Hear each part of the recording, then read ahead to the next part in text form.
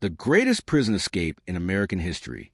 3 men vanished from the most secure prison in America, and for 40 years, nobody could explain how.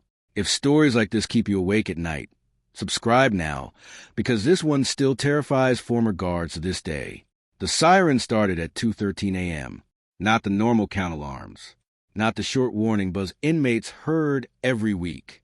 These sirens screamed to the concrete like the prison itself was dying. Cell doors slammed shut automatically across D Block. Red emergency lights painted the corridors in blood-colored flashes. Guards sprinted through smoke near the East Utility Wing, while inmates pounded on steel bars, shouting rumors before anyone understood what was happening. Officer down.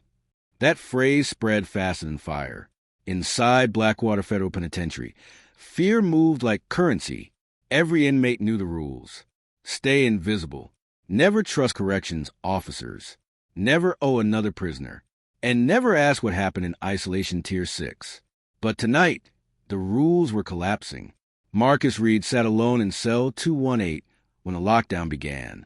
6 years earlier, he had entered Blackwater on armed robbery charges. By then, he had learned how prisons truly worked. Guards controlled the paperwork, but inmates controlled survival. Aryan gangs owned the laundry routes. Cartels ran narcotics through kitchen shipments. Former military contractors inside the prison sold protection like insurance policies. And somewhere above all of them was a ghost named Leonard Voss. Nobody had seen Voss in years.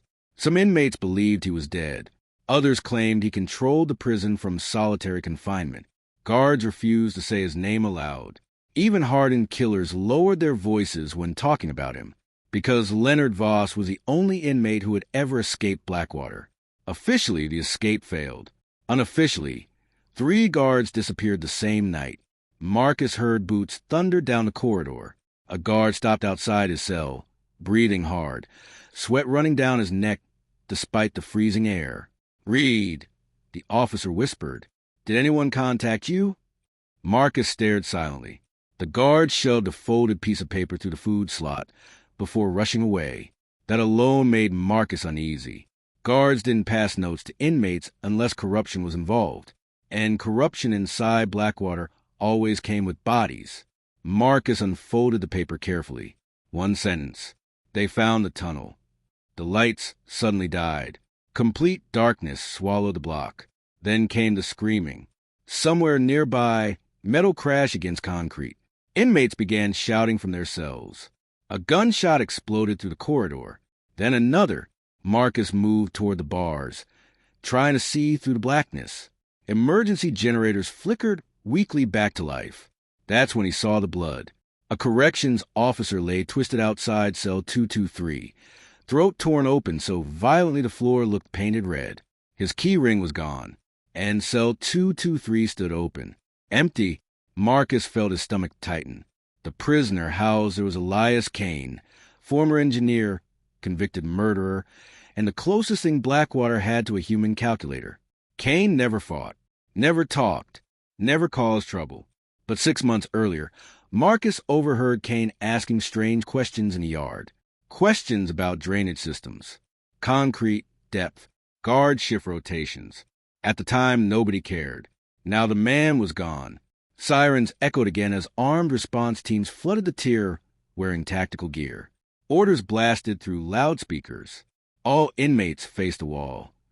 But Marcus barely heard them, because across the corridor, scratched faintly into the concrete beside the empty cell, were 3 words. Voss was here. The temperature in Marcus's chest dropped instantly. Leonard Voss had supposedly died in solitary confinement 9 years ago. Yet somebody had just opened a locked federal cell from the inside during the largest security failure in Blackwater history. And deep beneath the prison, hidden under 70 years of concrete and rusted pipes, something had finally been uncovered. A tunnel nobody knew existed. Or worse, a tunnel someone had been using for years. The tunnel ran directly beneath Isolation Tier 6. That single detail changed everything. By sunrise, Blackwater Federal Penitentiary looked less like a prison and more like a war zone. Floodlights swept across razor wire fences while helicopters circled overhead. Tactical teams searched every vent, drain pipe, and maintenance corridor. Inmates were dragged from cells half-dressed and thrown face-first onto wet concrete during emergency counts. But the numbers refused to make sense. Only one inmate was officially missing, Elias Kane. Yet security footage showed 3 unidentified figures moving through restricted corridors during the blackout, and one of them walked with a limp. The same limp Leonard Voss reportedly had after a prison riot 17 years earlier. Marcus Reed sat handcuffed inside the interrogation wing, staring at dried blood smeared across the table. The room smelled of bleach and cigarette smoke. Across from him sat Deputy Warden Hale, a man feared more than most inmates in Blackwater. Hale never yelled. He spoke quietly, which made him dangerous. "You knew Kane," Hale said calmly. Marcus shrugged. "Everybody knew Kane. He spoke to you in the yard. So do murderers, rapists, and half your guards." Hale leaned forward slightly. "The tunnel began under Kane's cell. We found engineering sketches hidden inside his mattress. We also found your fingerprints on them." Marcus felt cold move through his spine. That was impossible. He had never touched any sketches. Hale slid photographs across the table.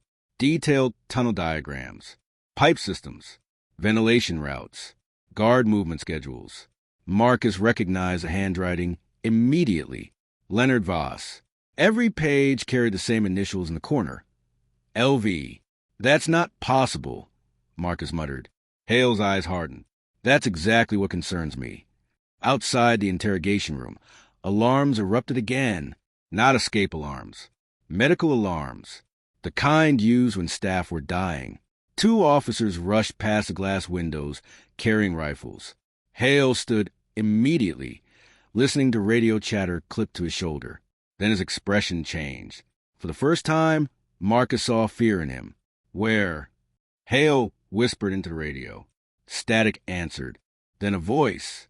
"They found another one." The body was discovered inside the abandoned laundry tunnels beneath C Block. Officer Ramirez. His hands had been nailed to the concrete floor. A message was carved into his chest. "You left U.S. down here." Rumors exploded through the prison within minutes. Some inmates claimed Voss never escaped. Others believed Blackwater had hidden secret executions beneath the prison for decades. The older prisoners looked especially shaken. Men who normally acted untouchable suddenly avoided eye contact and spoke in whispers. Because long before Blackwater became a federal prison, it had been something else. A Cold War military detention site. Unofficial, unregistered, the kind of place governments deny exists. Marcus learned that from an old lifer named Booker during yard duty years earlier. Booker once said prisoners used to disappear into underground levels beneath the prison and never return. At the time, Marcus assumed it was prison mythology. Now he wasn't so sure. The lockdown intensified by evening. No yard, no commissary, no movement without armed escort. Guard patrol with shotguns loaded openly. Even gang leaders stayed silent. Then the power failed again.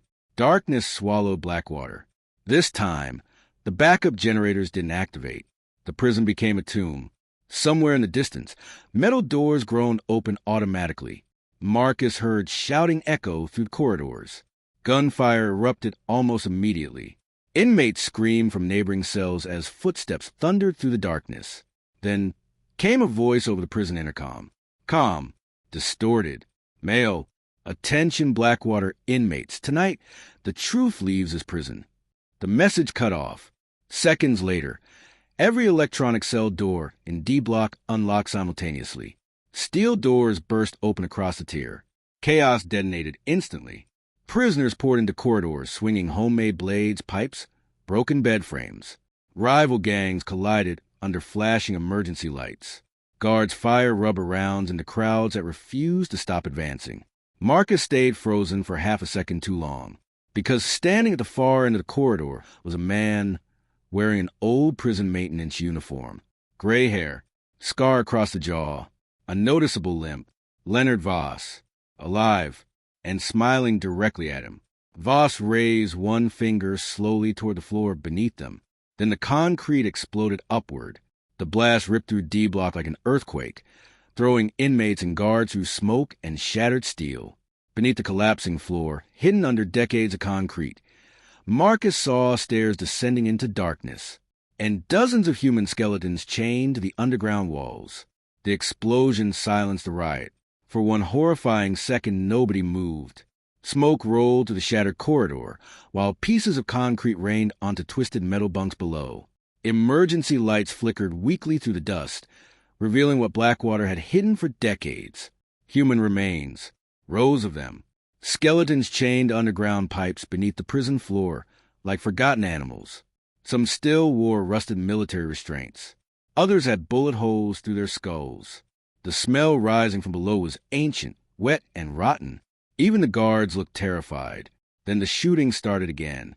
Inmates surged toward the opening, screaming, climbing over debris while tactical officers opened fire to stop them reaching the underground chamber. Men fell everywhere. Blood spread across cracked concrete. The entire prison had crossed the point of control. Marcus Reed barely avoided a collapsing steel beam before someone grabbed his arm violently. Leonard Voss. Up close, he looked older than the ghost stories described. Thin, pale, eyes hollow from years underground, but his mind remained razor sharp. "You want to survive?" Voss growled. "Move." They disappeared into the hidden stairwell seconds before armed guards flooded D-Block. The tunnels beneath Blackwater stretched like buried arteries under prison. Old military corridors, rusted electrical systems, sealed chambers hidden behind reinforced blast doors. The deeper they moved, the colder the air became. Marcus struggled to keep up. "What is this place?" he demanded.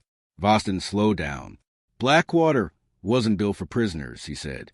"It was built for disappearances." According to Voss, during the Cold War, Blackwater operated as an off-record detention site where inmates, informants, and political liabilities vanished permanently.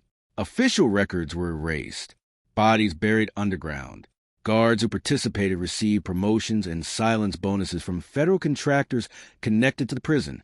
But eventually, the prisoners fought back. One uprising, 42 dead, and the surviving inmates sealed alive beneath the prison. "They left us down here," Voss said coldly. "They buried the evidence and turned the place into a federal penitentiary." Marcus stared at him. "Us." Voss stopped walking. For the first time, emotion cracked through his hardened expression. "I never escaped Blackwater." Those words hit harder than gunfire. For 17 years, the government claimed Voss escaped during a prison riot. Newspapers called it the greatest prison break in American history. Entire documentaries were built around the mystery. But the truth was worse. Voss and several inmates had discovered the underground detention chambers decades earlier.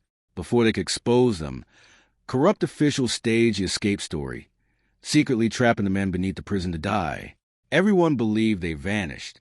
In reality, they were entombed alive under Blackwater. Marcus felt sick. "How did you survive?" Voss looked forward into the darkness. "We learned the prison better than the people running it." Suddenly, footsteps echoed ahead. Armed guards, Deputy Warden Hale, emerged from the tunnel shadows with a tactical team behind him, his rifle pointed directly at Voss. "It should have stayed buried," Hale said quietly. Marcus finally understood. Hale wasn't protecting the prison. He was protecting the secret. Voss stepped forward slowly. "You killed Ramirez because he found the records. He was going to leak them. So now you'll kill everyone?" Hale's expression never changed. "No," he replied. "The riot will." Gunfire exploded through the tunnel. The firefight turned the underground chambers into hell. Bullets sparked off pipes while inmates fleeing the riot crashed into tactical officers from both directions. Smoke filled the corridors. Men screamed in darkness. Hale's team began dropping one after another as prisoners overwhelmed them. Then the tunnel's ceiling cracked. Years of unstable concrete finally gave way. The collapse came fast. Marcus barely escaped as the underground chambers caved inward, swallowing guards, inmates, and buried secrets beneath thousands of tons of concrete. And Leonard Voss disappeared into the collapse. By morning, Blackwater Federal Penitentiary was evacuated permanently. The government blamed a gas explosion during a prison riot. Officially, Leonard Voss died decades ago. Officially, the underground chambers never existed. But months later, a package arrived anonymously at a major newspaper in Chicago. Inside were photographs, chains, skeletons, military documents, and one final handwritten sentence. Some prisons were never built to keep people in. They were built to erase them. Blackwater was demolished 2 years later. Yet locals still claim that on quiet nights, beneath the empty land where the prison once stood, sirens can still be heard echoing underground. And somewhere in the darkness below, Leonard Voss may still be waiting. If this story disturbed you, you're not alone. Because the scariest prisons aren't the ones prisoners escape from. They're the ones hiding what never escaped at all.